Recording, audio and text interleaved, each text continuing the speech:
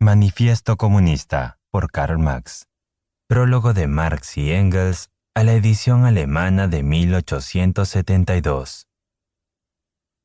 La Liga Comunista, una organización obrera internacional, que en las circunstancias de la época, huelga decirlo, solo podía ser secreta, encargó a los abajo firmantes en el Congreso celebrado en Londres en noviembre de 1847, la redacción de un detallado programa teórico y práctico, destinado a la publicidad, que sirviese de programa del partido. Así nació el manifiesto, que se reproduce a continuación y cuyo original se remitió a Londres para ser impreso pocas semanas antes de estallar la Revolución de Febrero. Publicado primeramente en alemán, ha sido reeditado 12 veces por lo menos en ese idioma en Alemania, Inglaterra y Norteamérica. La edición inglesa no vio la luz hasta 1850 y se publicó en la Red Republican de Londres, traducido por Miss Helena Macfarlane, y en 1871 se editaron en Norteamérica no menos de 3 traducciones distintas. La versión francesa apareció por primera vez en París poco antes de la insurrección de junio de 1848.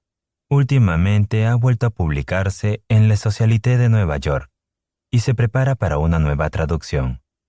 La versión polaca apareció en Londres poco después de la primera edición alemana. La traducción rusa vio la luz en Ginebra en el año 70 y tantos. Al danés se tradujo a poco de publicarse. Por mucho que durante los últimos 25 años hayan cambiado las circunstancias, los principios generales desarrollados en este manifiesto siguen siendo sustancialmente exactos. Solo tendría que retocarse algún otro detalle, ya que el propio manifiesto advierte que la aplicación práctica de estos principios dependerá en todas partes y en todo tiempo de las circunstancias históricas existentes, razón por la que no se hace especial hincapié en las medidas revolucionarias propuestas al final del capítulo 2. Si tuviésemos que formularlo hoy, este pasaje pretendería un tenor distinto en muchos respectos.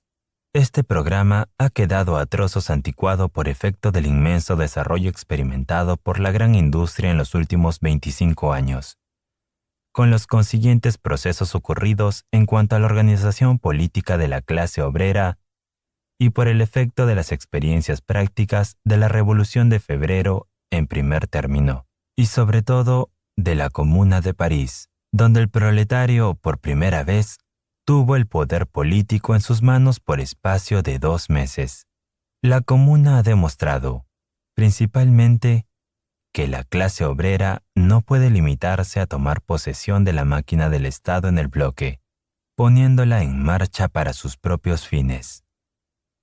Huelga, asimismo, decir que la crítica de la literatura socialista presenta hoy lagunas, ya que solo llega hasta 1847, y, finalmente, que las indicaciones que se hacen acerca de la actitud de los comunistas para con los diversos partidos de la oposición, aunque sigan siendo exactas en sus líneas generales, están también anticuadas en los que toca el detalle, por la sencilla razón de que la situación política ha cambiado radicalmente, y el progreso histórico ha venido a eliminar del mundo la mayoría de los partidos enumerados.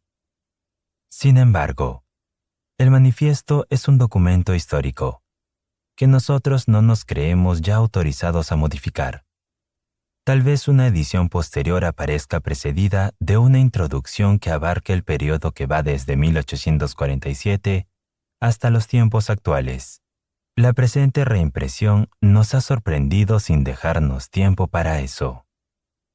Londres, 24 de junio de 1872. K. Marx, F. Engels.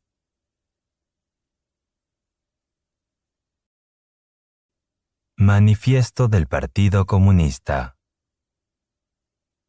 Un espectro se cierne sobre Europa.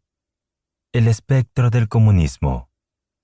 Contra este espectro se han conjurado en santa jauría todas las potencias de la vieja Europa, el Papa y el Zar, Metternich y Guizot, los radicales franceses y los polizontes alemanes. No hay un solo partido de oposición a quien los adversarios gobernantes no montejen de comunista, ni un solo partido de oposición que no lance al rostro de las oposiciones más avanzadas lo mismo que los enemigos reaccionarios: la acusación estigmatizante de comunismo. De este hecho se desprenden dos consecuencias. La primera es que el comunismo se halla ya reconocido como una potencia por todas las potencias europeas. La segunda, que es ya hora de que los comunistas expresen a la luz del día y ante el mundo entero sus ideas, sus tendencias, sus aspiraciones, saliendo así al paso de la leyenda del espectro comunista con un manifiesto de su partido. Con este fin se ha congregado en Londres los representantes comunistas de diferentes países y redactado el siguiente manifiesto, que aparecerá en lengua inglesa, francesa, alemana, italiana, flamenca y danesa. Capítulo 1. Burgueses y proletarios.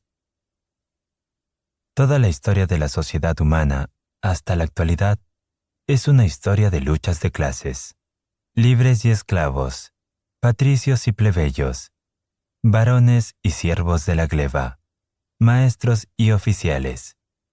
En una palabra, opresores y oprimidos, frente a frente siempre, empeñados en una lucha ininterrumpida, velada unas veces y otras franca y abierta, en una lucha que conduce en cada etapa a la transformación revolucionaria de todo el régimen social o al exterminio de ambas clases beligerantes. En los tiempos históricos nos hemos encontrado a la sociedad dividida casi por doquier en una serie de estamentos, dentro de cada uno de los cuales reina, a su vez, una nueva jerarquía social de grados y posiciones. En la Roma antigua son los patricios, los equites, los plebeyos, los esclavos. En la Edad Media, los señores feudales, los vasallos, los maestros y los oficiales de los gremios, los siervos de la gleba. Y dentro de cada una de estas clases, todavía nos encontramos con nuevos matices y gradaciones. La moderna sociedad burguesa, que se alza sobre las ruinas de la sociedad feudal, no ha abolido los antagonismos de la clase. Lo que ha hecho ha sido crear nuevas clases, nuevas condiciones de opresión, nuevas modalidades de lucha, que han venido a sustituir las antiguas. Sin embargo, nuestra época, la época de la burguesía, se caracteriza por haber simplificado estos antagonismos de clase. Hoy, toda la sociedad tiende a separarse, cada vez más abiertamente, en dos grandes campos enemigos, en dos grandes clases antagónicas: la burguesía y el proletariado. De los siervos de la gleba de la Edad Media surgieron los villanos de las primeras ciudades, y estos villanos fueron el germen de donde brotaron los primeros elementos de la burguesía. El descubrimiento de América y la circunnavegación de África abrieron nuevos horizontes e imprimieron nuevo impulso a la burguesía. El mercado de China y las Indias Orientales, la colonización de América, el intercambio con las colonias, el incremento de los medios de cambio y de las mercaderías en general, dieron al comercio, a la navegación, a la industria, un empuje jamás conocido, atizando con ello el elemento revolucionario que se escondía en el seno de la sociedad feudal en descomposición. El régimen feudal o gremial de producción que seguía imperando no bastaba ya para cubrir las necesidades que abrían los nuevos mercados. Vino a ocupar su puesto la manufactura. Los maestros de los gremios se vieron desplazados por la clase media industrial, y la división del trabajo entre las diversas corporaciones fue suplantada por la división del trabajo dentro de cada taller. Pero los mercados seguían dilatándose, las necesidades seguían creciendo. No bastaba tampoco la manufactura. El invento del vapor y la maquinaria vieron a revolucionar el régimen industrial de la producción. La manufactura cedió el puesto a la gran industria moderna, y la clase media industrial hubo de dejar paso a los magnates de la industria, jefes de grandes ejércitos industriales, a los burgueses modernos. La gran industria creó el mercado mundial, ya preparado por el descubrimiento de América.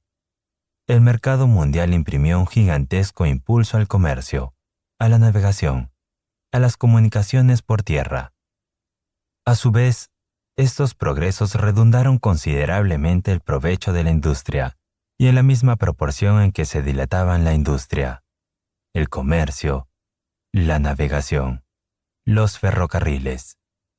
Se desarrollaba la burguesía, crecían sus capitales. Iba desplazando y esfumando a todas las clases heredadas de la Edad Media. Vemos, pues, que la moderna burguesía es, como lo fueron en sus tiempos las otras clases, producto de un largo proceso histórico, fruto de una serie de transformaciones radicales operadas en el régimen del cambio y de producción. A cada etapa de avance recorrida por la burguesía corresponde una nueva etapa de progreso político. Clase oprimida bajo el mando de los señores feudales, la burguesía forma en la comuna una asociación autónoma y armada para la defensa de sus intereses.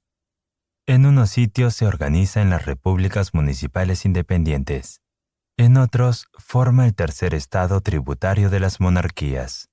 En la época de la manufactura, es el contrapeso de la nobleza dentro de la monarquía feudal o absoluta, y el fundamento de las grandes monarquías en general, hasta que, por último, implantada la gran industria y abiertos los cauces del mercado mundial, se conquista la hegemonía política y crea el moderno Estado representativo. Hoy el poder público viene a ser, pura y simplemente, el Consejo de Administración que rige los intereses colectivos de la clase burguesa. La burguesía ha desempeñado, en el transcurso de la historia, un papel verdaderamente revolucionario.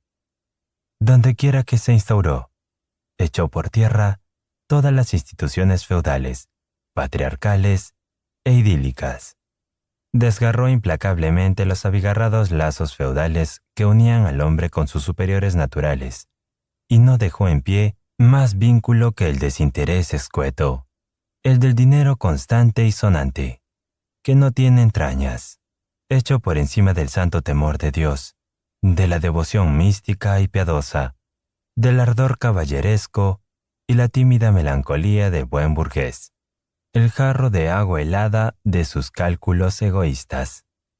Enterró la dignidad personal bajo el dinero, y redujo todas aquellas innumerables libertades escrituradas y bien adquiridas a una única libertad, la libertad ilimitada de comerciar. Sustituyó, para decirlo de una vez, un régimen de explotación, velado por los sendales de las ilusiones políticas y religiosas, por un régimen franco, descarado, directo, escueto, de explotación. La burguesía despojó de su halo de santidad a todo lo que antes se tenía por venerable y digno de piadoso acontecimiento. Convirtió en sus seguidores asalariados al médico, al jurista, al poeta, al sacerdote, al hombre de ciencia. La burguesía desgarró los velos emotivos y sentimentales que envolvían la familia y puso al desnudo la realidad económica de las relaciones familiares.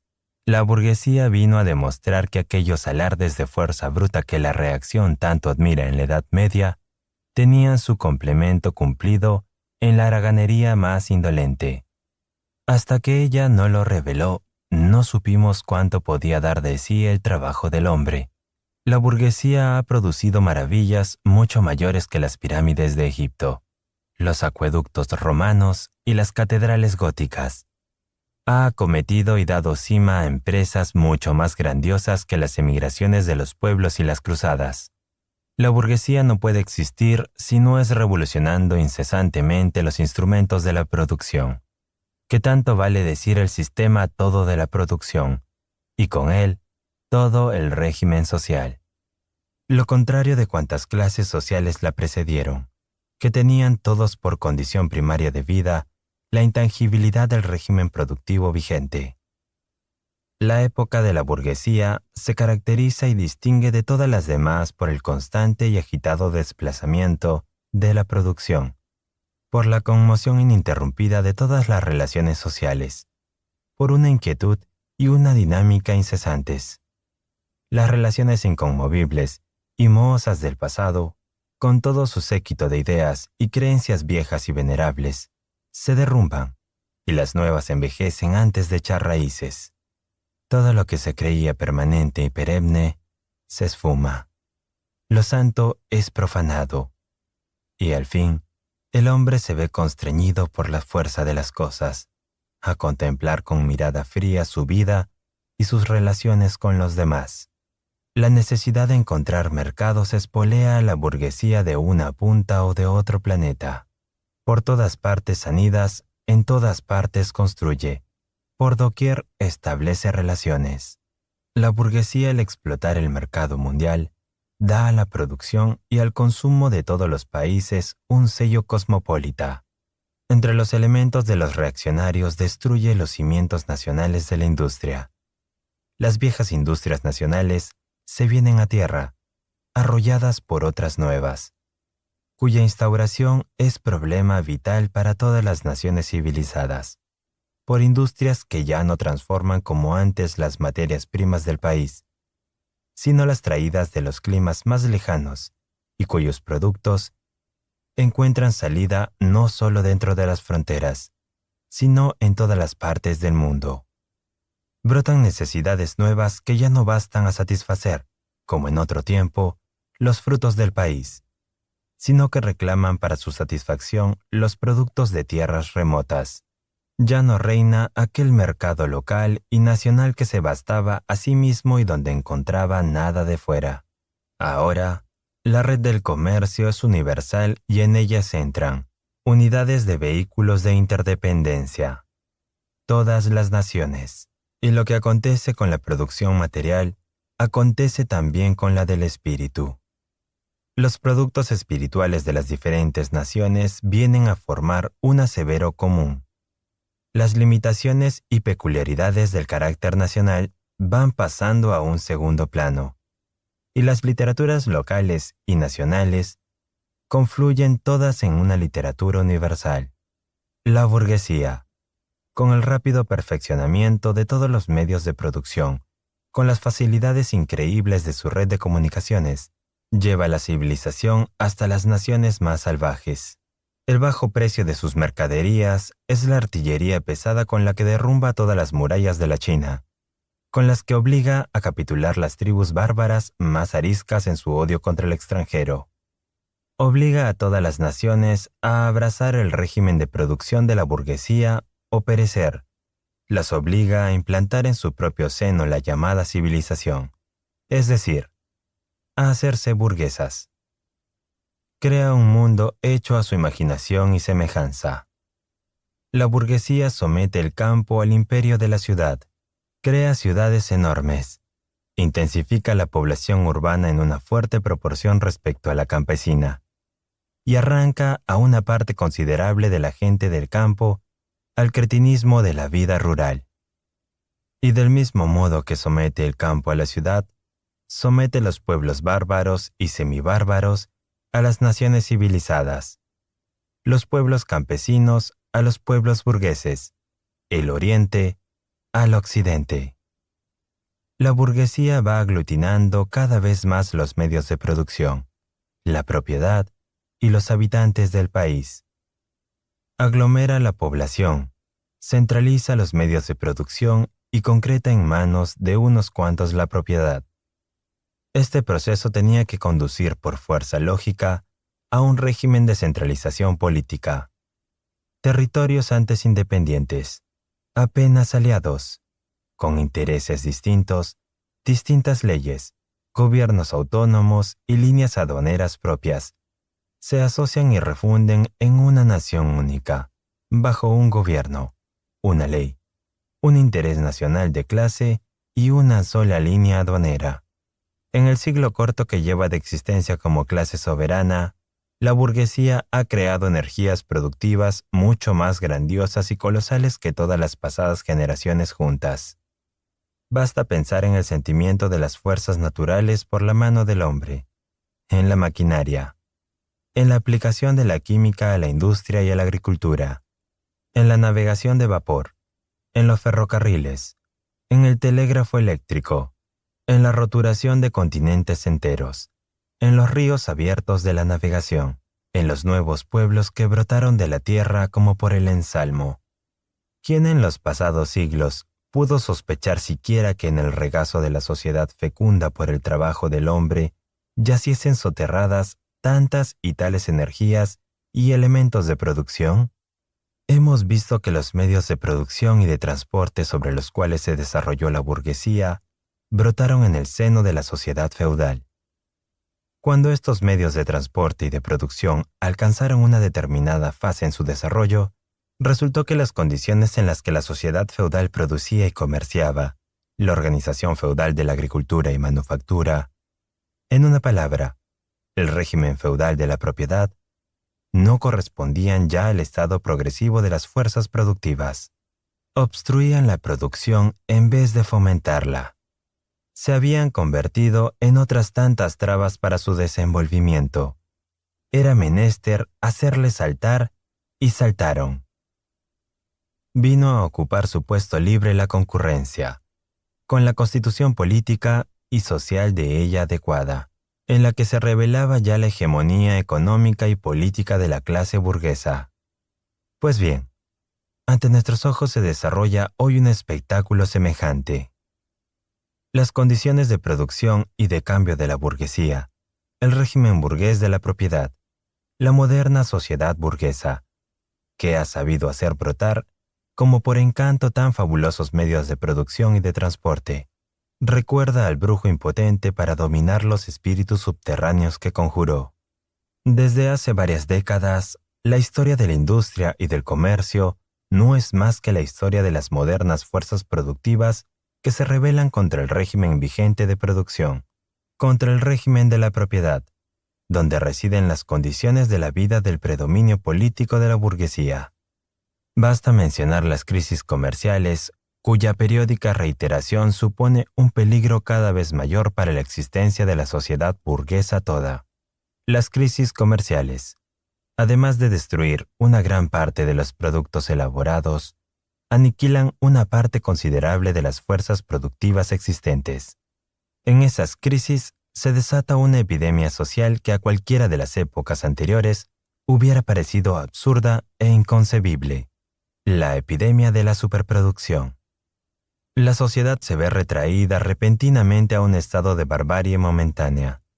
Se diría que una plaga de hambre o una gran guerra aniquiladora la ha dejado esquilmado. Sin recursos para subsistir, la industria y el comercio están a punto de desaparecer. ¿Y todo por qué? Porque la sociedad posee demasiada civilización, demasiados recursos, demasiada industria, demasiado comercio. Las fuerzas productivas que dispone no sirven ya para fomentar el régimen burgués de la propiedad. Son ya demasiado poderosas para servir a este régimen, que embaraza su desarrollo. Y tan pronto como logran vencer este obstáculo, siembran el desorden en la ciudad burguesa. Amenazan dar el traste con el régimen burgués de la propiedad. Las condiciones sociales burguesas resultan ya demasiado angostas para abarcar la riqueza por ellas engendrada. ¿Cómo se sobrepone la crisis de la burguesía?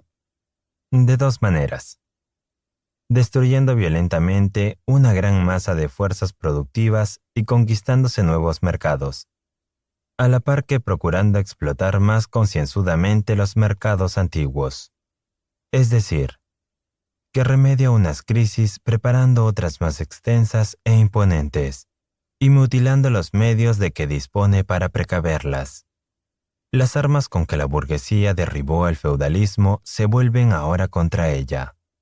Y la burguesía no solo forja las armas que han de darle la muerte, sino que, Además, se pone en pie a los hombres llamados a manejarlas. Estos hombres son los obreros, los proletarios.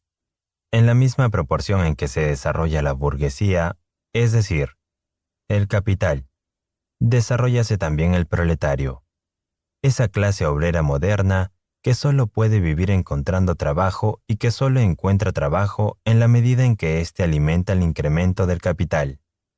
El obrero, obligado a venderse a trozos, es una mercancía como otra cualquiera, sujeta, por tanto, a todos los cambios y modalidades de la concurrencia, a todas las fluctuaciones del mercado.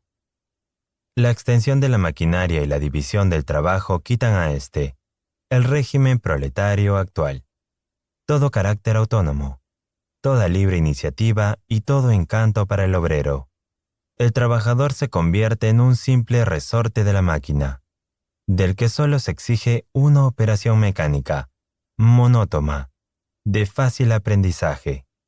Por eso, los gastos que supone un obrero se reducen, sobre poco más o menos, al mínimo de lo que necesita para vivir y perpetuar su raza. Y ya se sabe que el precio de una mercancía, y como una de tantas el trabajo, equivale a su coste de producción.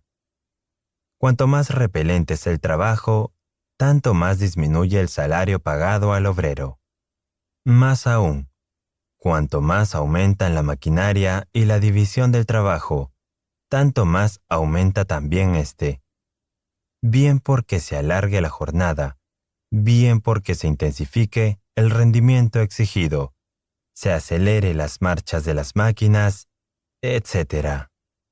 La industria moderna se ha convertido en el pequeño taller del maestro patriarcal en la gran fábrica del magnate capitalista. Las masas de las obreras concentradas en la fábrica son sometidas a una organización y disciplinada militares. Los obreros, soldados rasos de la industria, trabajan bajo el mando de toda una jerarquía de sargentos, oficiales y jefes.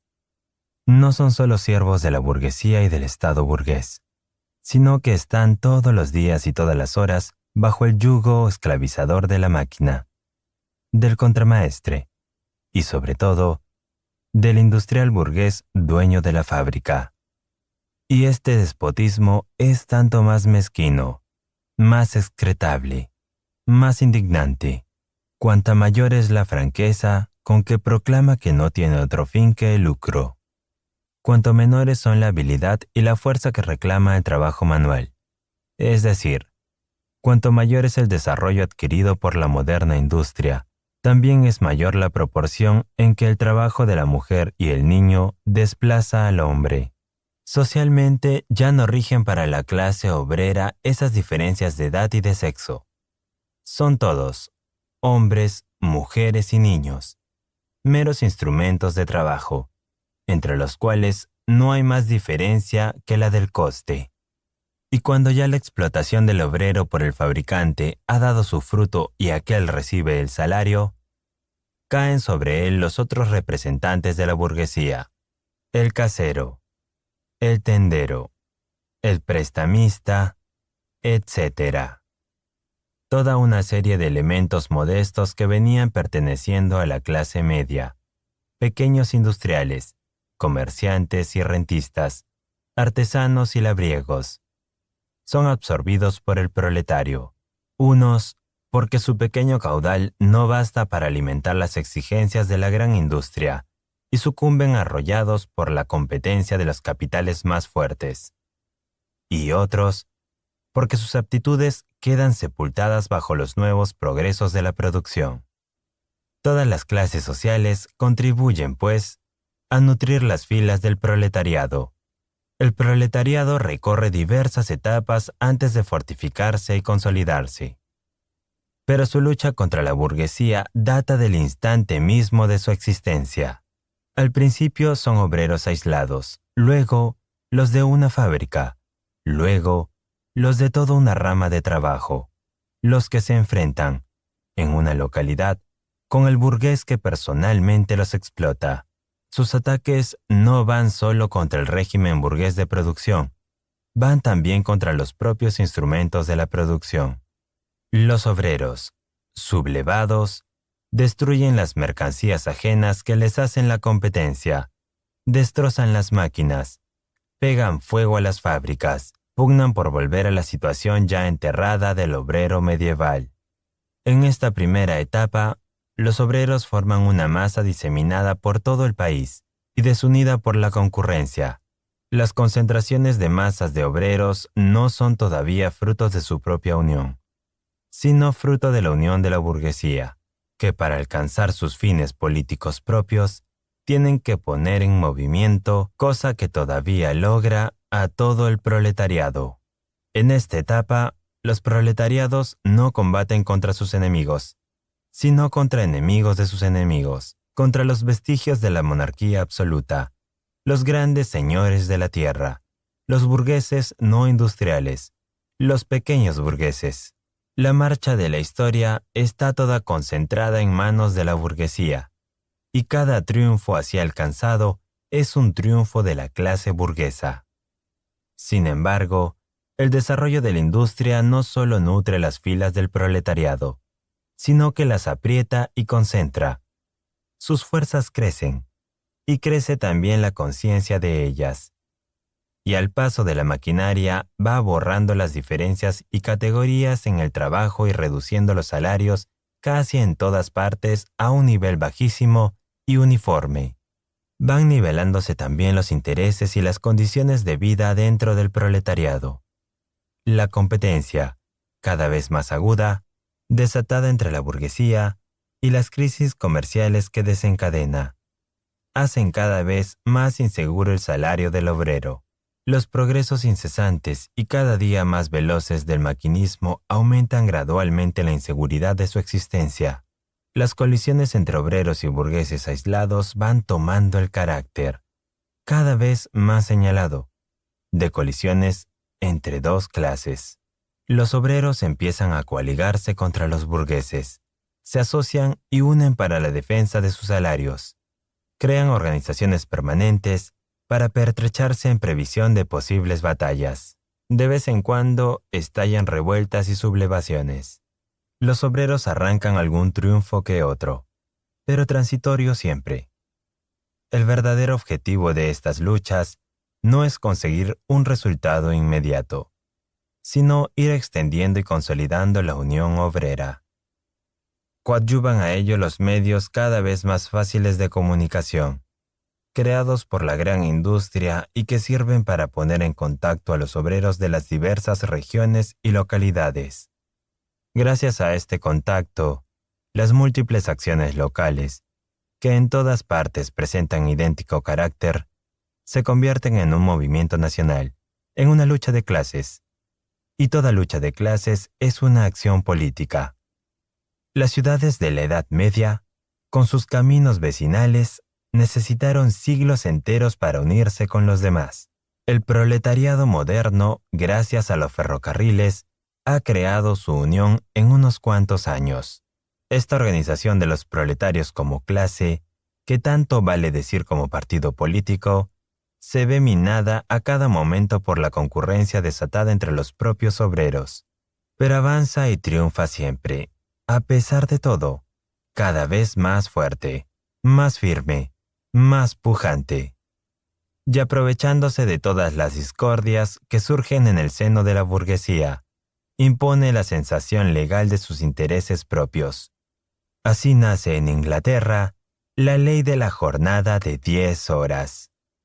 Las colisiones producidas entre las fuerzas de la antigua sociedad imprimen nuevos impulsos al proletariado.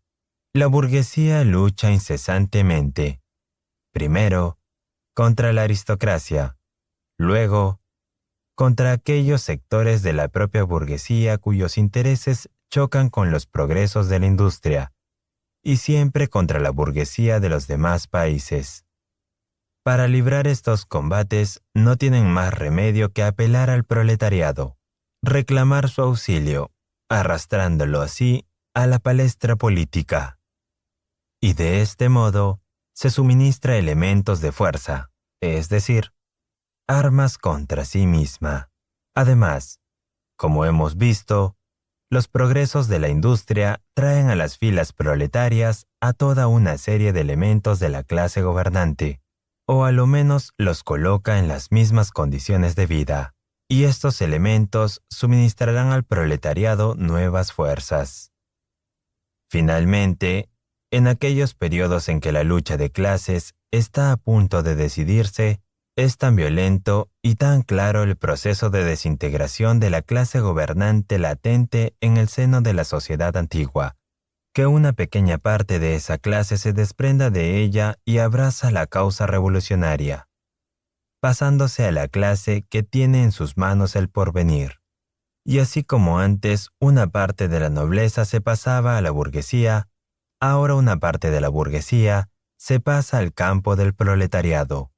En este tránsito rompen las marchas los intelectuales burgueses, que analizando teóricamente el curso de la historia, han logrado ver claro en sus derroteros. De todas las clases que hoy se enfrentan con la burguesía, no hay más que una verdaderamente revolucionaria: el proletariado. Las demás perecen y desaparecen con la gran industria. El proletariado, en cambio, es su producto genuino y peculiar. Los elementos de las clases medias, el pequeño industrial, el pequeño comerciante, el artesano, el labriego, todos luchan contra la burguesía para salvar de la rutina su existencia como tales clases. No son, pues, revolucionarios, sino conservadores, más todavía reaccionarios, pues pretenden volver atrás la rueda de la historia. Todo lo que tienen de revolucionario es lo que mira a su tránsito inminente al proletariado. Con esa actitud no defienden sus intereses actuales, sino los futuros. Se despojan de su posición propia para abrazar la del proletariado. El proletariado andrajoso es sustrefacción pasiva de las capas más bajas de la vieja sociedad. Se verá arrastrado en parte al movimiento por la revolución proletaria, si bien las condiciones todas de su vida lo hacen más propicio a dejarse comprar como instrumento de manejos reaccionarios. Las condiciones de vida de la vieja sociedad aparecen ya destruidas en las condiciones de vida del proletariado. El proletario carece de bienes. Sus relaciones con la mujer y con los hijos no tienen ya nada de común con las relaciones familiares burguesas. La producción industrial moderna, el moderno yugo del capital, que es el mismo en Inglaterra que en Francia, en Alemania que en Norteamérica, borra en él todo carácter nacional. Las leyes, la moral, la religión, son para él otros tantos prejuicios burgueses tras los que anidan otros tantos intereses de la burguesía. Todas las clases que le precedieron y conquistaron el poder preocuparon consolidar posiciones adquiridas, sometiendo a la sociedad entera a su régimen de adquisición. Los proletarios solo pueden conquistar para sí las fuerzas sociales de la producción, aboliendo el régimen adquisitivo a que se hallan sujetos, y con él todo el régimen de apropiación de la sociedad. Los proletarios no tienen nada propio que asegurar, sino destruir todos los aseguramientos y seguridades privadas de los demás. Hasta ahora, todos los movimientos sociales habían sido movimientos desatados por una minoría o en interés de una minoría. El movimiento proletario es el movimiento autónomo de una inmensa mayoría en interés de una mayoría inmensa. El proletariado, la capa más baja y oprimida de la sociedad actual, no puede levantarse, incorporarse, sin hacer saltar, hecho añicos desde los sentimientos hasta el remate, todo ese edificio que forma la sociedad oficial. Por su forma, aunque no por su contenido, la campaña del proletariado contra la burguesía empieza siendo nacional. Es lógico que el proletariado de cada país ajuste ante todo las cuentas con su propia burguesía. Al esbozar en líneas muy generales las diferentes fases de desarrollo del proletariado, hemos seguido las incidencias de la guerra civil más o menos embosada que se plantea en el seno de la sociedad vigente, hasta en el momento en que esta guerra civil desencadena una revolución abierta y franca, y el proletariado, derrocando por la violencia a la burguesía, echa las bases de su poder. Hasta hoy, toda sociedad descansó, como hemos visto, en el antagonismo entre las clases oprimidas y las opresoras. Mas para poder oprimir a una clase es menester asegurarle, por lo menos, las condiciones indispensables de la vida, pues de otro modo se extinguiría, y con ella su esclavizamiento. El siervo de la gleba se vio exaltado a miembro del municipio sin salir de la servidumbre, como el villano convertido en burgués bajo el yugo del absolutismo feudal. La situación del obrero moderno es muy distinta, pues lejos de mejorar conforme progresa la industria, decae y empeora por debajo del nivel de su propia clase. El obrero se depaupera y el pauperismo se desarrolla en proporciones mucho mayores que la población y la riqueza. He ahí una prueba palmaria de la incapacidad de la burguesía para seguir gobernando la sociedad e imponiendo a ésta por norma las condiciones de su vida como clase. Es incapaz de gobernar, porque es incapaz de garantizar a sus esclavos la existencia ni aún dentro de su esclavitud, porque se ve forzada a dejarlos llegar hasta una situación de desamparo en que no tienen más remedio que mantenerles, cuando son ellos quienes deberían mantenerla a ella. La sociedad no puede seguir viviendo bajo el imperio de esta clase. La vida de la burguesía se ha hecho incompatible con la sociedad. La existencia y el predominio de la clase burguesa tienen por condición esencial la concentración de la riqueza en mano de unos cuantos individuos, la formación e incremento constante del capital. Y este, a su vez, no puede existir sin el trabajo asalariado. El trabajo asalariado presupone, inevitablemente, la concurrencia de los obreros entre sí. Los progresos de la industria, que tienen por cauce automático y espontáneo a la burguesía, imponen, en vez del aislamiento de los obreros por la concurrencia, su unión revolucionaria por la organización. Y así, al desarrollarse la gran industria, la burguesía ve tambalearse bajo sus pies las bases sobre que produce y se apropia lo producido. Y a la par que avanza, se cava su fosa y cría a sus propios enterradores. Su muerte y el triunfo del proletariado son igualmente inevitables. Capítulo 2. Proletarios y comunistas. ¿Qué relación guardan los comunistas con los proletarios en general? Los comunistas no forman un partido aparte de los demás partidos obreros. No tienen intereses propios que se distingan de los intereses generales del proletariado. No profesan principios especiales con los que aspiren a modelar el movimiento proletario.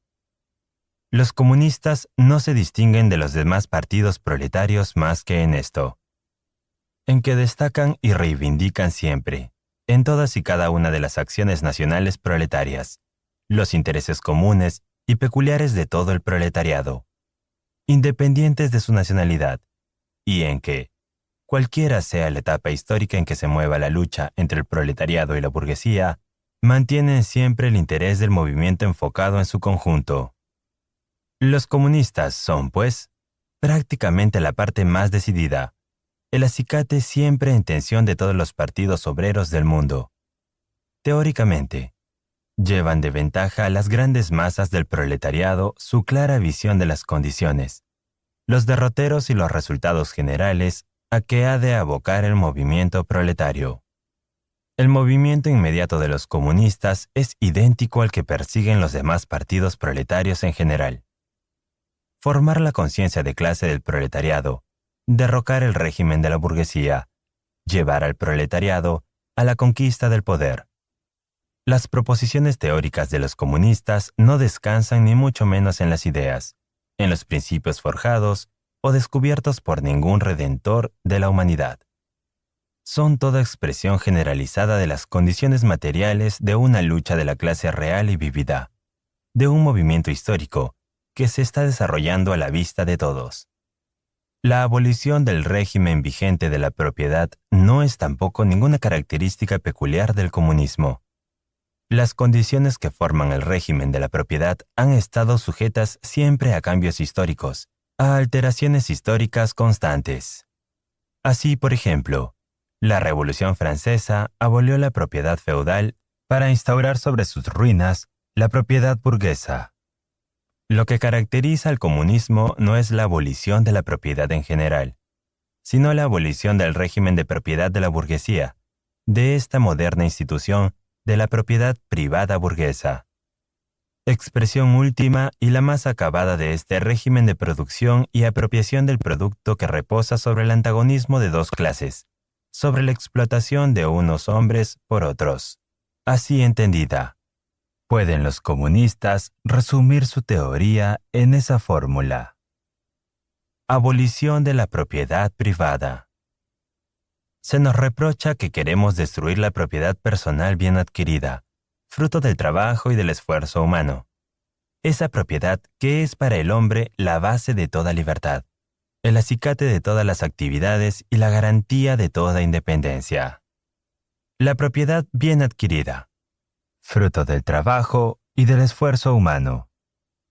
¿Os referís acaso a la propiedad del humilde artesano, del pequeño labriego, precedente histórico de la propiedad burguesa? No, esa no necesitamos destruirla. El desarrollo de la industria lo ha hecho ya, y lo está haciendo a todas horas. ¿O queréis referíos a la moderna propiedad privada de la burguesía?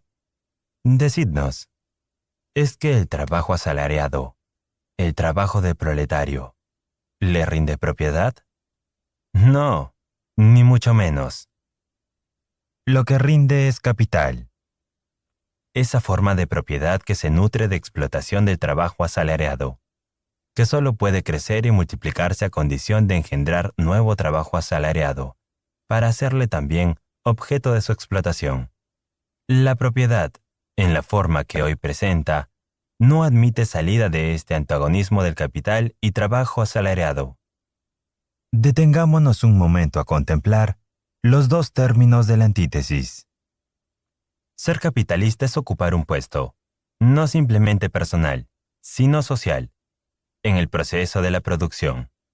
El capital es un producto colectivo y no puede ponerse en marcha más que por la cooperación de muchos individuos, y aún cabría decir que, en rigor, esta cooperación abarca la actividad común de todos los individuos de la sociedad. El capital no es, pues, un patrimonio personal, sino una potencia social. Los que, por tanto, aspiramos a convertir el capital en propiedad colectiva, común a todos los miembros de la sociedad, nos aspiramos a convertir en colectiva una riqueza personal. A lo único que aspiramos es a transformar el carácter colectivo de la propiedad, a despojarla de su carácter de clase. Hablemos ahora del trabajo asalariado. El precio medio del trabajo asalariado es el mínimo del salario, es decir, la suma de víveres necesaria para sostener al obrero como tal obrero. Todo lo que el obrero asalariado adquiere con su trabajo es pues lo que estrictamente necesita para seguir viviendo y trabajando.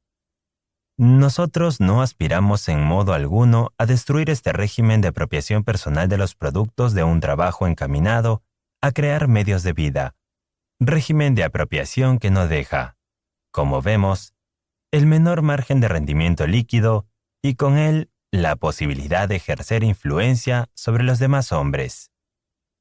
A lo que aspiramos es a destruir el carácter aprobioso de este régimen de aprobación en el que el obrero solo vive para multiplicar el capital, en el que vive tan solo en la medida en que el interés de la clase dominante aconseja que viva.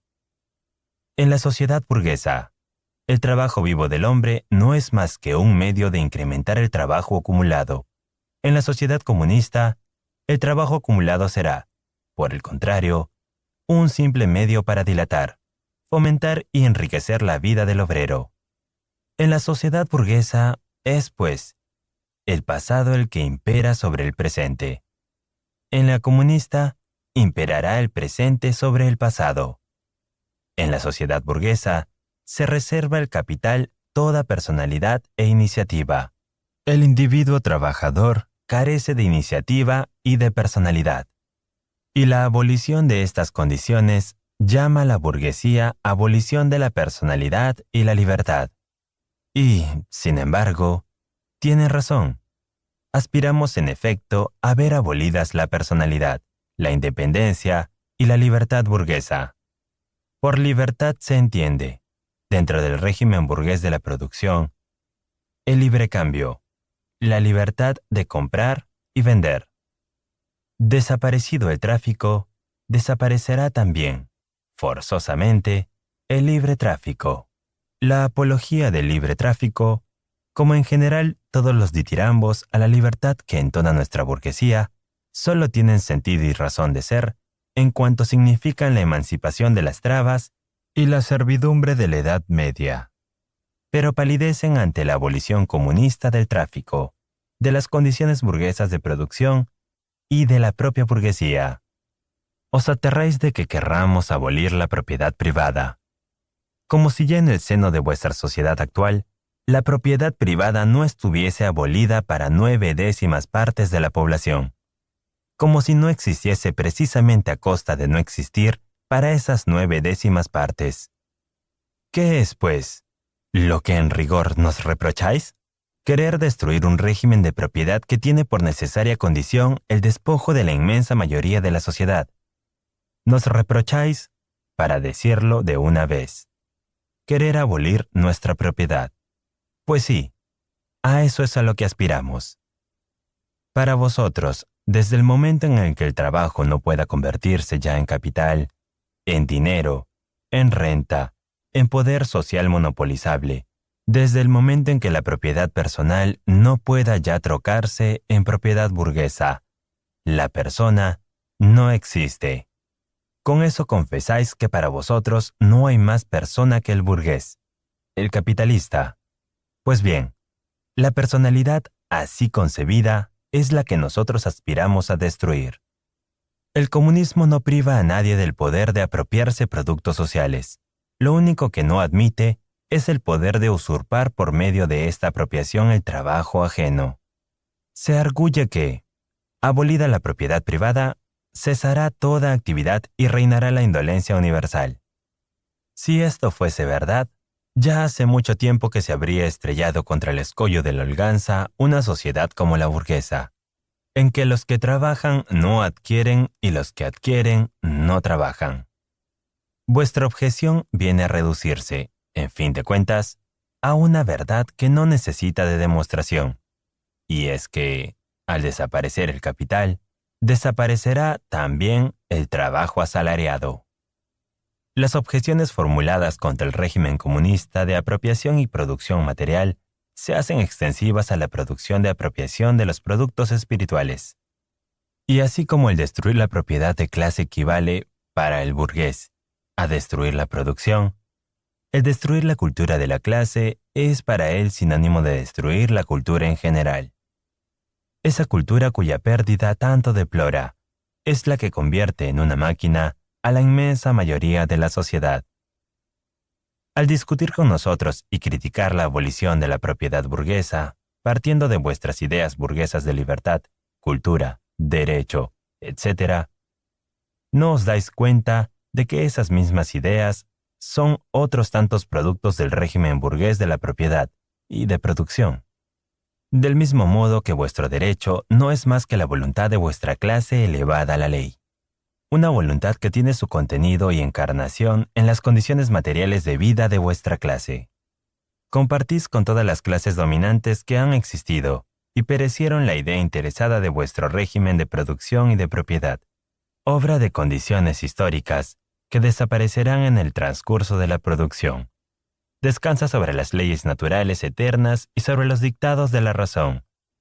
Os explicáis que haya parecido de la propiedad antigua. Os explicáis que pareciera de la propiedad feudal. Lo que no os podéis explicar es que parezca de la propiedad burguesa, vuestra propiedad. Abolición de la familia. Al hablar de estas intenciones satánicas de los comunistas, hasta los más radicales gritan escándalo. Pero veamos, ¿en qué se funda la familia actual, la familia burguesa? En el capital, en el lucro privado. La burguesía tiene una familia, en el pleno sentido de la palabra. Y esta familia encuentra su complemento en la carencia forzosa de las relaciones familiares de los proletarios y en la pública prostitución. Es natural que ese tipo de familia burguesa desaparezca al desaparecer su complemento, y que una u otra dejen de existir al dejar de existir el capital, que les sirve de base. ¿Nos reprocháis acaso que aspiramos a abolir la explotación de los hijos por sus padres? Sí, es cierto, a eso aspiramos. Pero decís que pretendemos destruir la intimidad de la familia, suplantando la educación doméstica por la social. ¿Acaso vuestra propia educación no está también influida por la sociedad? Por las condiciones sociales en que se desarrolla, por la intromisión más o menos directa en ella la sociedad a través de la escuela, etc. No son precisamente los comunistas los que inventan esa intromisión de la sociedad en la educación. Lo que ellos hacen es modificar el carácter que hoy tiene y sustraer la educación a la influencia de la clase dominante. Esos tópicos burgueses de la familia y la educación, de la intimidad de las relaciones entre padres e hijos, son tanto más grotescos y descarados cuanto más gran industria va desgarrando los lazos familiares de los proletarios y convirtiendo a los hijos en simples mercancías y meros instrumentos de trabajo. Pero es que vosotros, los comunistas, nos gritan a coro la burguesía entera. Pretendéis colectivizar a las mujeres. El burgués no ve en su mujer más que un simple instrumento de producción.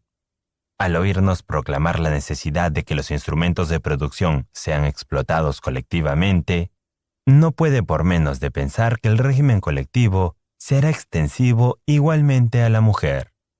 No advierte que de lo que se trata es precisamente de acabar con la situación de la mujer como mero instrumento de producción. Nada más ridículo, por otra parte, que esos alardes de indignación, henchida de alta moral de nuestros burgueses, al hablar de tan cacareada colectivización de las mujeres por el comunismo. No, los comunistas no tienen que molestarse en implantar lo que ha existido siempre, o casi siempre en la sociedad. Nuestros burgueses, no bastándoles por lo visto, con tener la disposición a las mujeres y a los hijos de sus proletarios, y no hablemos de la prostitución oficial, sienten una grandísima fruición en seducirse unos a otros sus mujeres. En realidad, el matrimonio burgués es ya la comunidad de las esposas. A lo sumo, podría reprocharse a los comunistas el pretender sustituir este hipócrita y recatado régimen colectivo de hoy por una civilización oficial, franca y abierta, de la mujer. Por lo demás, fácil es comprender que, al abolirse el régimen actual de producción, desaparecerá con él el sistema de comunidad de la mujer que engendra, y que se refugia en la prostitución, en la oficial y en la encubierta. A los comunistas nos reprocha también que querramos abolir la patria, la nacionalidad. Los trabajadores no tienen patria. Mal se les puede quitar lo que no tienen. No obstante, siendo la mira inmediata del proletario la conquista del poder político, su exaltación a clase nacional, a nación, es evidente que también en él reside un sentido nacional, aunque ese sentido no coincida ni mucho menos con el de la burguesía. Ya el propio desarrollo de la burguesía, el libre cambio, el mercado mundial, la uniformidad reinante de la producción industrial, con las condiciones de vida que engendra, se encargan de borrar más y más las diferencias de antagonismos nacionales. El triunfo del proletariado acaba de hacerlos desaparecer. La acción conjunta de los proletarios, a lo menos en las naciones civilizadas, es una de las condiciones primordiales de su emancipación. En la medida y a la par en que vaya desapareciendo la explotación de los individuos por otros, desaparecerá también la explotación de unas naciones por otras. Con el antagonismo de las clases en el seno de cada nación, se borrará la hostilidad de las naciones entre sí. No queremos entrar a analizar las acusaciones que se hacen contra el comunismo desde el punto de vista religioso, filosófico e ideológico en general. No hace falta ser un lince para ver que, al cambiar las condiciones de vida, las relaciones sociales, la existencia social del hombre, cambian también sus ideas, sus opiniones y sus conceptos. Su conciencia. En una palabra. La historia de las ideas es una prueba palmaria de cómo cambia y se transforma la producción espiritual con la material.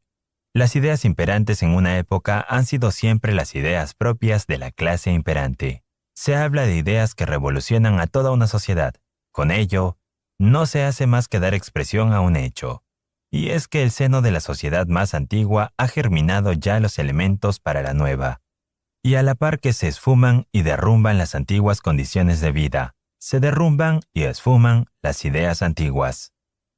Cuando el mundo antiguo estaba a punto de desaparecer, las religiones antiguas fueron convencidas y suplantadas por el cristianismo. En el siglo XVIII, cuando las ideas cristianas sucumbían ante el racionalismo, la sociedad feudal pugnaba desesperadamente, haciendo un último esfuerzo con la burguesía, entonces revolucionaria. Las ideas de libertad de conciencia y de libertad religiosa no hicieron más que proclamar el triunfo de la libre concurrencia en el mundo ideológico. Se nos dirá que las ideas religiosas, morales, filosóficas, políticas, jurídicas, etc., aunque sufran alteraciones a lo largo de la historia, llevan siempre un fondo de perennidad, y que por debajo de esos cambios siempre ha habido una religión, una moral, una filosofía, una política o un derecho. Además, se seguirá arguyendo. Existen verdades eternas, como la libertad, la justicia, etc., comunes a todas las sociedades y a todas las etapas de progreso de la sociedad. Pues bien, el comunismo, continúa el argumento, viene a destruir estas verdades eternas, la moral, la religión, y no a sustituirlas por otras nuevas. Viene a interrumpir violentamente todo el desarrollo histórico anterior. Veamos a qué queda reducida esta acusación. Hasta hoy, toda la historia de la sociedad ha sido una constante sucesión de antagonismos de clases, que revisten diversas modalidades, según las épocas. Mas cualquiera sea la forma en que cada caso adopte, la explotación de una parte de la sociedad por la otra es un hecho común a todas las épocas del pasado.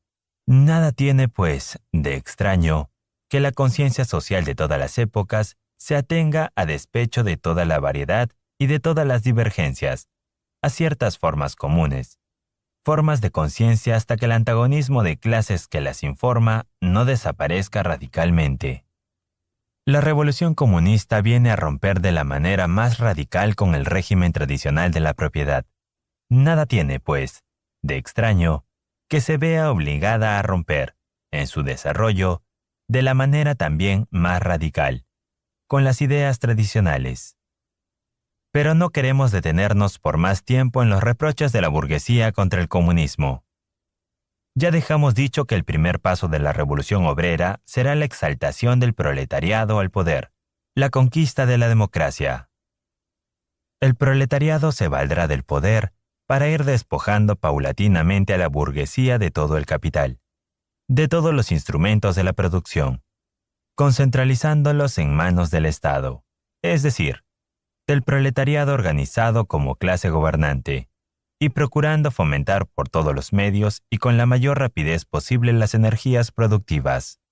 Claro está que, al principio, esto solo podría llevarse a cabo mediante una acción despótica sobre la propiedad y el régimen burgués de producción, por medio de medidas que, aunque de momento parezcan económicamente insuficientes e insostenibles, en el transcurso del movimiento serán un gran resorte propulsor y de las que no se puede prescindir como a medio para transformar todo el régimen de la producción vigente. Estas medidas no podrán ser las mismas, naturalmente, en todos los países. Para los más progresivos, mencionaremos unas cuantas, susceptibles, sin duda, de ser aplicadas con carácter más o menos general, según los casos. 1. Expropiación de la propiedad inmueble y aplicación de la renta del suelo a los gastos públicos. 2. Fuerte impuesto progresivo. 3. Abolición del derecho de herencia. 4. Confiscación de la fortuna de los emigrados y rebeldes. 5. Centralización del crédito en el Estado por medio de un Banco Nacional con capital del Estado y régimen de monopolio. 6. Nacionalización de los transportes. 7.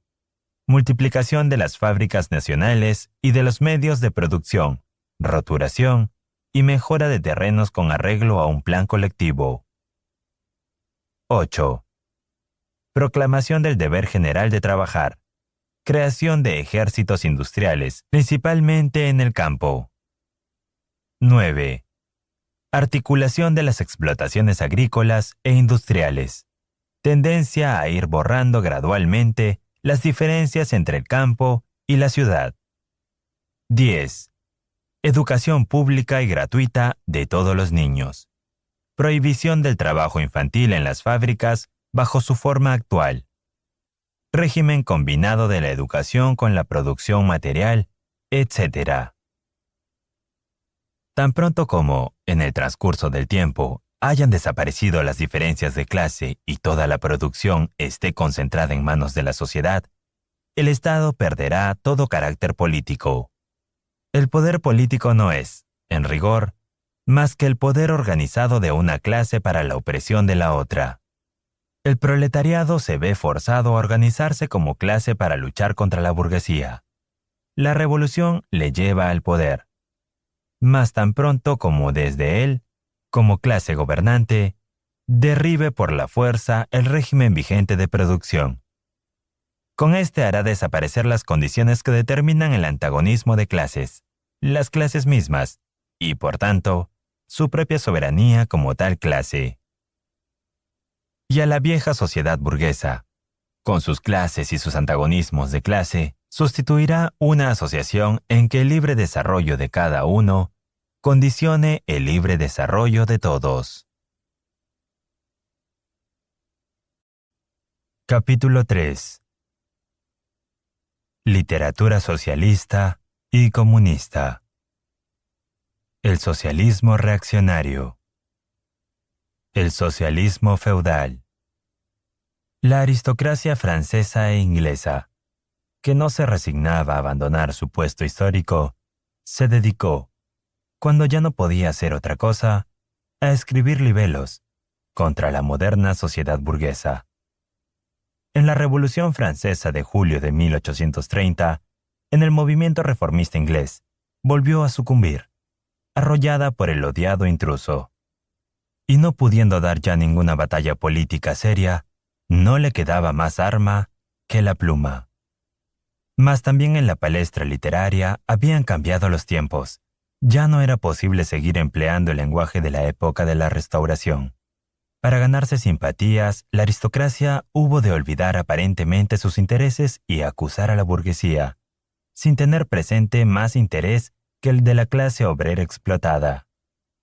De este modo, se daba gusto de provocar a su adversario y vencedor, con amenazas y mustiarle al oído profecías más o menos catastróficas. Nació así el socialismo feudal, una mezcla de lamento, eco del pasado y rumor sordo del porvenir. Un socialismo que de vez en cuando asestaba a la burguesía un golpe en medio del corazón con sus juicios sardónicos y acerados, que casi siempre movía a risa por su total incapacidad de comprender la marcha de la historia moderna. Con el fin de atraer hacia sí el pueblo, tremolaba el saco del mendigo proletario por bandera. Pero cuantas veces lo seguía, el pueblo veía brillar en las espaldas de los caudillos las viejas armas feudales y se dispersaba con una risota nada contenida y bastante irrespetuosa. Una parte de los legimistas franceses y la joven Inglaterra fueron los más perfectos organizadores de este espectáculo. Esos señores feudales, tanto que insisten en demorar que sus modos de explotación no se parecían en nada a los de la burguesía, se olvidaban de una cosa, y es de que las circunstancias y condiciones en que ellos llevaban a cabo su explotación habían desaparecido. Y, al enorgullecerse de que bajo su régimen no existía el moderno proletariado, no advierten que la burguesía moderna que tanto abominan es un producto históricamente necesario de su orden social. Por lo demás, no se molestan gran cosa en encubrir el sello reaccionario de sus doctrinas, y así se explica que más rabiosa acusación contra la burguesía sea precisamente el crear y fomentar bajo su régimen una clase que está llamada a derruir todo el orden social heredado. Lo que más reprochan a la burguesía no es el engendrar a un proletariado, sino el engendrar un proletariado revolucionario. Por eso, en la práctica están siempre dispuestos a tomar parte en todas las violencias y represiones contra la clase obrera, y en la prosaica realidad se resignan, pese a todas las retóricas ampulosas, a recolectar también los huevos de oro y a trocar la nobleza, el amor y el honor caballeresco por el vil tráfico en lana, remolacha y aguardiente. Como las curas van siempre del brazo de los señores feudales, no es extraño que con este socialismo feudal venga a confluir el socialismo clerical. Nada más fácil que dar al ascetismo cristiano un barniz socialista. ¿No combatió también el cristianismo contra la propiedad privada, contra el matrimonio, contra el Estado? ¿No predicó frente a las instituciones la claridad y la limosna, el celibato y el castigo de la carne, la vida monástica y la iglesia? El socialismo cristiano es el hisopazo con el que el clérigo bendice el despacho del aristócrata. El socialismo pequeño burgués. La aristocracia feudal no es la única clase derrocada por la burguesía, la única clase cuyas condiciones de vida ha venido a oprimir y matar la sociedad burguesa moderna. Los villanos medievales y los pequeños labriegos fueron los precursores de la moderna burguesía. Y en los países en que la industria y el comercio no han alcanzado un nivel suficiente de desarrollo, esta clase sigue vegetando al lado de la burguesía ascensional.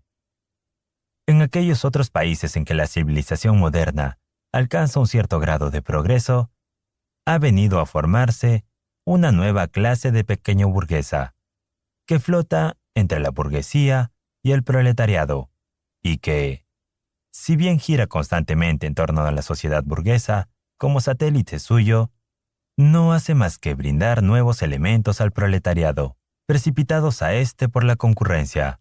Al desarrollarse la gran industria, llega un momento en que la parte de la sociedad moderna pierde su sustantibilidad y se ve suplantada en el comercio, en la manufactura, en la agricultura por los capataces y los domésticos. En países como Francia, en que la clase labradora presenta mucho más que la mitad de la población, era natural que ciertos escritores, al abrazar la causa del proletariado contra la burguesía, tómanse por norma para criticar el régimen burgués. Los intereses de los pequeños burgueses y los campesinos, simpatizando por la causa obrera contra el ideario de la pequeña burguesía. Así nació el socialismo pequeño burgués.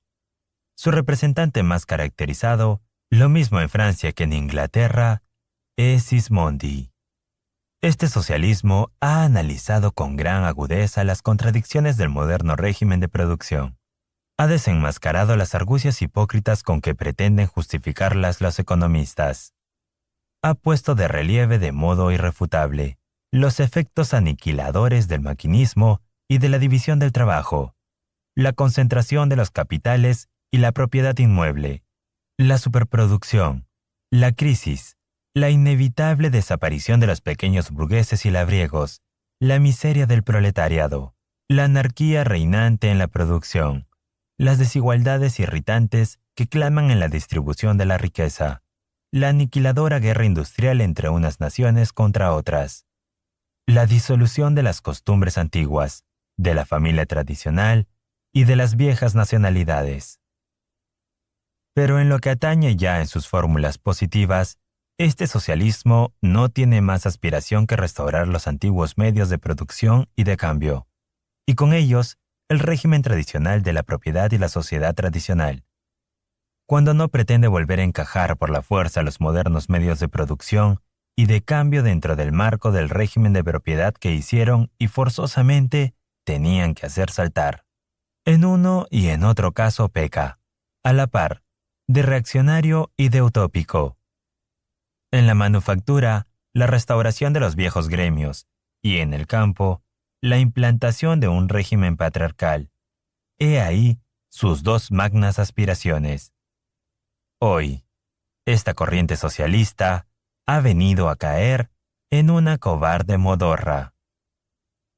El socialismo alemán o verdadero socialismo.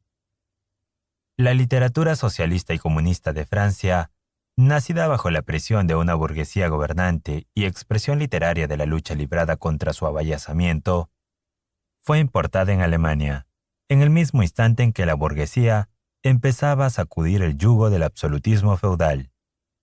Los filósofos, pseudofilósofos y grandes genios del país se asimilaron codiciosamente a aquella literatura, pero olvidando que con las doctrinas no habían pasado las fronteras también las condiciones sociales a que respondían.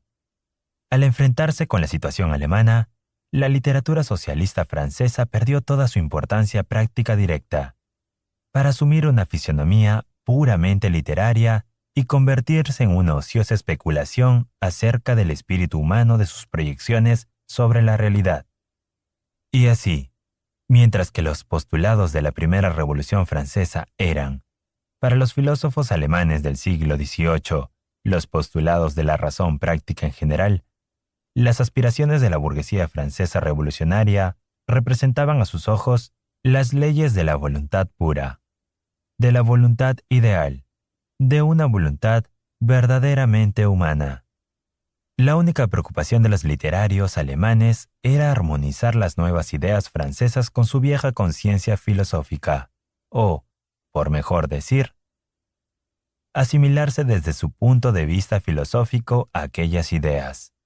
Esta asimilación se llevó a cabo por el mismo procedimiento con que se asimila uno una lengua extranjera, traduciéndola.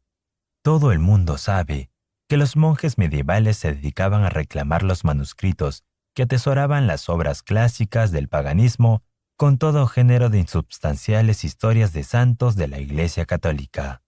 Los literatos alemanes procedieron con la literatura francesa profana de un modo inverso.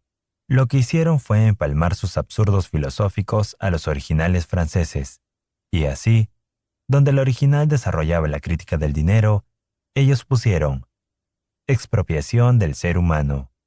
Donde se criticaba el Estado burgués, abolición del imperio de lo general abstracto. Y así por el estilo. Esta interpelación de locuciones y las galaimatías filosóficas en las doctrinas francesas fue bautizada con los nombres de filosofía del hecho, verdadero socialismo, ciencia alemana del socialismo, fundamentación filosófica del socialismo, y otros semejantes. De este modo, la literatura socialista y comunista francesa perdía toda su virilidad, y como en manos de los alemanes no expresaba ya la lucha de una clase contra otra clase, el profesor germano se hacía la ilusión de haber superado el parcialismo francés.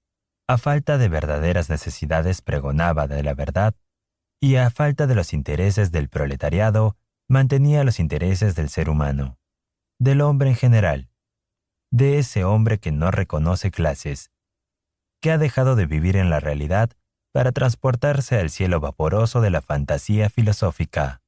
Sin embargo, este socialismo alemán que tomaba tan en serio sus desmayados ejercicios escolares y que tanto y tan solamente trompeteaba, fue perdiendo poco a poco su pedantesca inocencia. En la lucha de la burguesía alemana y crucialmente de la prusiana, contra el régimen feudal y la monarquía absoluta, el movimiento liberal fue tomando un cariz más serio. Esto deparaba al verdadero socialismo la ocasión apetecida para oponer al movimiento político las reivindicaciones socialistas, para fulminar los consabidos anatemas contra el liberalismo, contra el Estado representativo, contra la libre concurrencia burguesa, contra la libertad de prensa, la libertad, la igualdad y el derecho burgueses, predicando ante la masa del pueblo que con este movimiento burgués no saldría ganando nada y sí perdiendo mucho. El socialismo alemán se cuidaba de olvidar oportunamente que la crítica francesa, de la que no era más que un eco sin vida, presuponía la existencia de la sociedad burguesa moderna, con sus peculiares condiciones materiales de vida y su organización política adecuada, supuestos previos ambos en torno a los cuales giraba precisamente la lucha en Alemania. Este verdadero socialismo les venía al dedillo a los gobiernos absolutos alemanes, con toda su cohorte de clérigos, maestros de escuela, hidalgueros raídos y cagatintas, pues les servía de espantapájaros contra la amenazadora burguesía. Era una especie de melifluo complemento a los feroces latigazos y a las balas de fusil con que esos gobiernos recibían los levantamientos obreros. Pero el verdadero socialismo, además de ser, como vemos, un arma en manos de los gobiernos contra la burguesía alemana, encarnaba de una manera directa un interés reaccionario, el interés de la baja burguesía del país.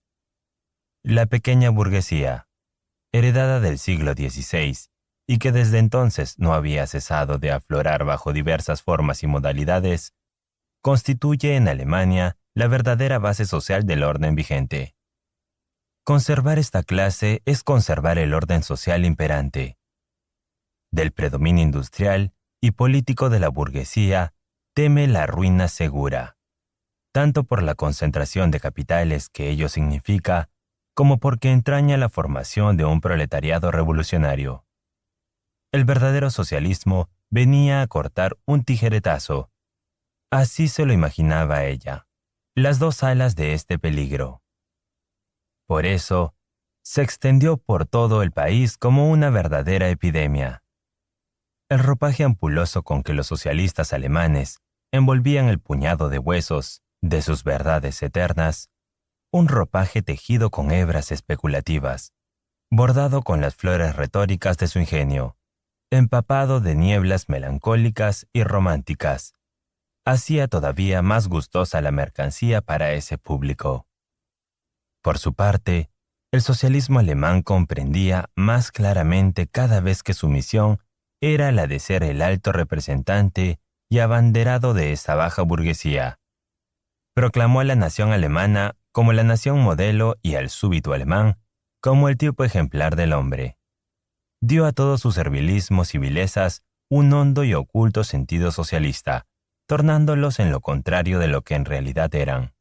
Y al alzarse curiosamente contra las tendencias bárbaras y destructivas del comunismo, subrayando como contraste la imparcialidad sublime de sus propias doctrinas, ajenas a toda lucha de clases, no hacía más que sacar la última consecuencia lógica de su sistema.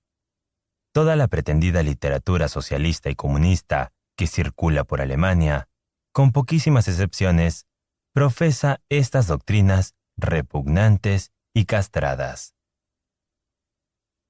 El socialismo burgués o conservador. Una parte de la burguesía desea mitigar las injusticias sociales, para de este modo garantizar la perduración de la sociedad burguesa.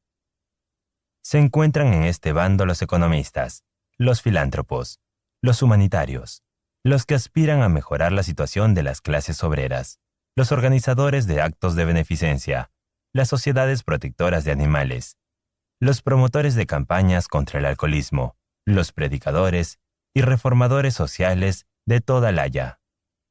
Pero además de este socialismo burgués, han salido verdaderos sistemas doctrinales. Sirva de ejemplo la filosofía de la miseria de Proudhon. Los burgueses socialistas considerarían ideales las condiciones de vida de la sociedad moderna, sin las luchas y los peligros que encierran. Su ideal es la sociedad existente, depura de los elementos que la corroen y la revolucionan. La burguesía sin el proletariado.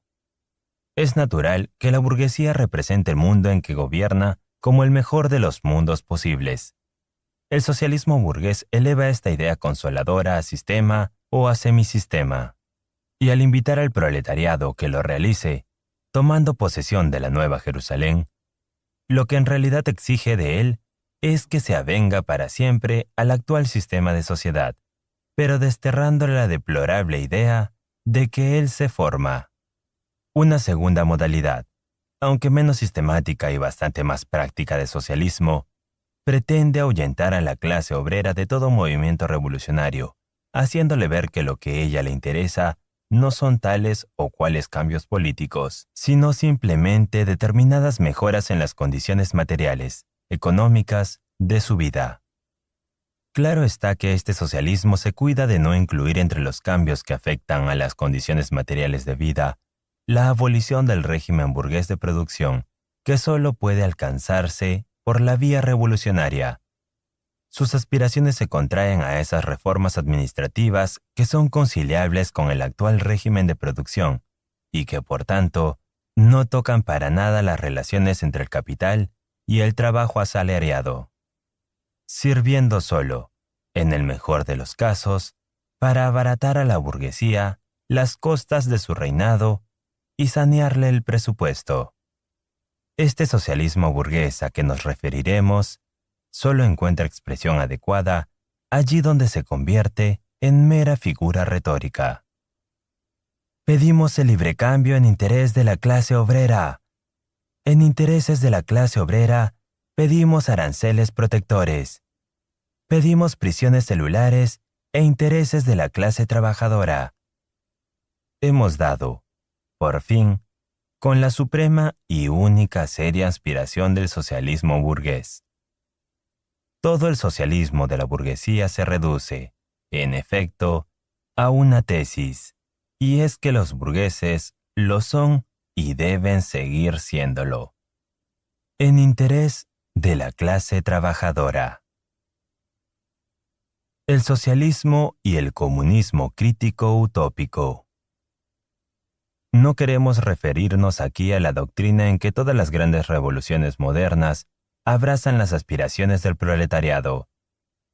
Las primeras tentativas del proletariado para ahondar directamente con su interés de clase, en momentos de conmoción general, en el periodo de derrumbamiento de la sociedad feudal, tenían que tropezar necesariamente con la falta de desarrollo del propio proletariado, de una parte, y de otra, con la ausencia de las condiciones materiales indispensables para su emancipación, que habían de ser fruto de la época burguesa. La literatura revolucionaria que guía estos primeros pasos vacilantes del proletariado es, y necesariamente tenía que serlo, juzgada por su contenido, reaccionaria. Estas doctrinas profesan un ascetismo universal y un torpe y vago igualitarismo. Los verdaderos sistemas socialistas y comunistas, los sistemas de Saint-Simon, de Fourier, de Owen, etc., brotan en la primera fase embrionaria de las luchas entre el proletariado y la burguesía, tal como la dejamos esbozada en el capítulo Burgueses y proletarios. Cierto es que los autores de estos sistemas penetran ya en el antagonismo de las clases y en la acción de los elementos disolventes que germinan en el seno de la propia sociedad gobernante. Pero no aciertan todavía a ver en el proletariado una acción histórica independiente, un movimiento político propio y peculiar. Y como el antagonismo de la clase se desarrolla siempre a la par con la industria, se encuentran con que les faltan las condiciones materiales para la emancipación del proletariado, y es en vano que se debatan por crearlas mediante una ciencia social y a fuerza de leyes sociales. Esos autores pretenden suplantar la acción social por su acción personal especulativa, las condiciones históricas que han de determinar la emancipación proletaria por condiciones fantásticas que ellos mismos se forjan, la gradual organización del proletariado como clase por una organización de la sociedad inventada a su antojo. Para ellos, el curso universal de la historia que ha de venir se cifra en la propaganda y práctica de ejecución de sus planes sociales. Es cierto que en esos planes tienen la conciencia de defender primordialmente los intereses de la clase trabajadora, pero solo porque la consideran la clase más sufrida. Es la única función en que existe para ellos el proletariado. La forma embrionaria que todavía presenta la lucha de las clases y las condiciones en que se desarrolla la vida de estos autores hace que se consideren ajenos a esa lucha de clases y como situados en un plano muy superior. Aspiran a mejorar las condiciones de vida de todos los individuos de la sociedad, incluso los mejor acomodados. De aquí que no cesen de apelar a la sociedad entera sin distinción, cuando no se dirigen con la preferencia a la propia clase gobernante. Abrigan la seguridad de que basta conocer su sistema para acatarlo como plan más perfecto para la mejor de las sociedades posibles. Por eso, rechazan todo lo que sea acción política, y muy principalmente la revolucionaria. Quieren realizar sus aspiraciones por toda vía pacífica e intentan abrir paso al nuevo evangelio social, predicando con el ejemplo, por medio de pequeños experimentos que, naturalmente, les fallan siempre. Estas descripciones fantásticas de la sociedad del mañana brotan en una época en que el proletariado no ha alcanzado aún la madurez, en que, por tanto, se forja todavía una serie de ideas fantásticas acerca de su destino y posición, dejándose llevar por los primeros impulsos, puramente intuitivos, de transformar radicalmente la sociedad. Y, sin embargo, en estas obras socialistas y comunistas hay ya un principio de crítica, puesto que atacan las bases de todas las sociedades existentes. Por eso han contribuido notablemente a ilustrar la conciencia de la clase trabajadora. Mas fuera de esto, sus doctrinas de carácter positivo acerca de la sociedad futura, las que predican, por ejemplo, que en ella se borrarán las diferencias entre la ciudad y el campo, o las que proclaman la abolición de la familia, de la propiedad privada, del trabajo asalariado, el triunfo de la armonía social, la transformación del Estado en un simple organismo administrativo de la producción. Giran en torno a la desaparición de la lucha de las clases, de esa lucha de clases que empieza a dibujarse y que ellos apenas si conocen en su primera e informe vaguedad. Por eso, todas sus doctrinas y aspiraciones tienen un carácter puramente utópico. La importancia de este socialismo y comunismo crítico utópico está en razón inversa al desarrollo histórico de la sociedad. Al paso que la lucha de clases se define y acentúa, va perdiendo importancia práctica y sentido teórico esa fantástica posición de superioridad respecto a ella. Esa fe fantástica en su supresión.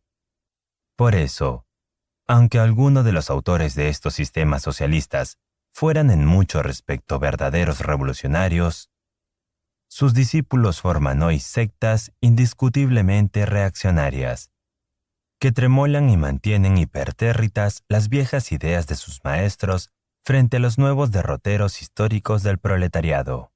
Son, pues, consecuentes cuando lo pugnan por mitigar la lucha de las clases y por conciliar lo que es inconciliable. Y siguen soñando con la fundación de falansterios, con la colonización interior, con la creación de una pequeña Icaria, edición en miniatura de la Nueva Jerusalén. Y para levantar todos estos castillos en el aire, no tienen más remedio que apelar a la filantrópica generosidad de los corazones y los bolsillos burgueses. Poco a poco van resbalando a la categoría de los socialistas reaccionarios o conservadores, de los cuales solo se distinguen por su sistemática pedantería y por el fanatismo supersticioso con que comulgan en las milagrerías de su ciencia social. He ahí por qué se enfrentan rabiosamente con los movimientos políticos a que se entrega el proletariado, lo bastante ciego para no creer en el nuevo evangelio que ellos le predican. En Inglaterra, los owenistas se alzan contra los cartistas, y en Francia, los remorfistas tienen enfrente a los discípulos de Fourier. Capítulo 4. Actitud de los comunistas ante los otros partidos de la oposición. Después de lo que dejamos dicho en el capítulo 2, Fácil es comprender la relación que guardan los comunistas con los demás partidos obreros ya existentes, con los cartistas ingleses y con los reformadores agrarios de Norteamérica. Los comunistas, aunque luchando siempre por alcanzar los objetivos inmediatos y defender los intereses cotidianos de la clase obrera, representan a la par, dentro del movimiento actual, su porvenir. En Francia se alían al Partido Democrático Socialista contra la burguesía conservadora y radical, mas sin renunciar por esto a su derecho de crítica frente a los tópicos y las ilusiones procedentes de la tradición revolucionaria. En Suiza apoyan a los radicales, sin ignorar que este partido es una mezcla de elementos contradictorios, de demócratas socialistas, a la manera francesa, y de burgueses radicales. En Polonia, los comunistas apoyan a los partidos que sostienen la revolución agraria, como condición previa para la emancipación nacional del país, al partido que provocó la insurrección de Cracovia en 1846. En Alemania, el Partido Comunista luchará al lado de la burguesía, mientras ésta actúe revolucionariamente, dando con ella la batalla a la monarquía absoluta, a la gran propiedad feudal y a la pequeña burguesía. Pero todo esto sin dejar un solo instante de laborar entre los obreros, hasta afirmar en ellos con la mayor claridad posible la conciencia del antagonismo hostil que separa a la burguesía del proletariado, para que, llegado el momento, los obreros alemanes se encuentren preparados para volver contra la burguesía, como otras tantas armas.